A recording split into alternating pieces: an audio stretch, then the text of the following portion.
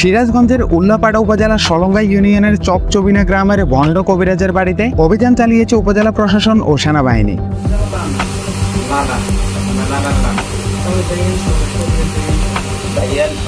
বৃহস্পতিবার সকালে অভিযানে যাওয়ার খবর পেয়ে কথিত ওই ভণ্ড ফয়সাল কবিরাজ বাড়ি থেকে পালিয়ে যায়। তারপর থেকেই ভণ্ড কবিরাজ ফয়সাল তার আত্মীয় মনোয়ার কায়সার মুন নামে আওয়ামী লীগ নেতাকে দিয়ে সাংবাদিকদের হুমকি দেয়। তিনি করেন আওয়ামী লীগ, ভয় দেখান বিএনপি নেতার।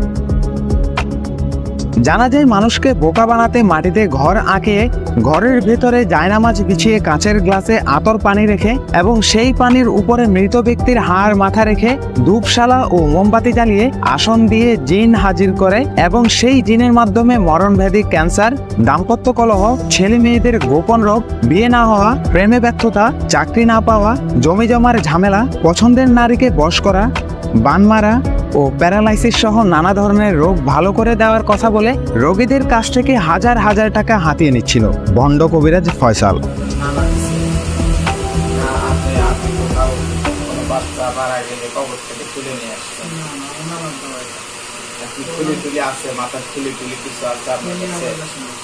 কিছু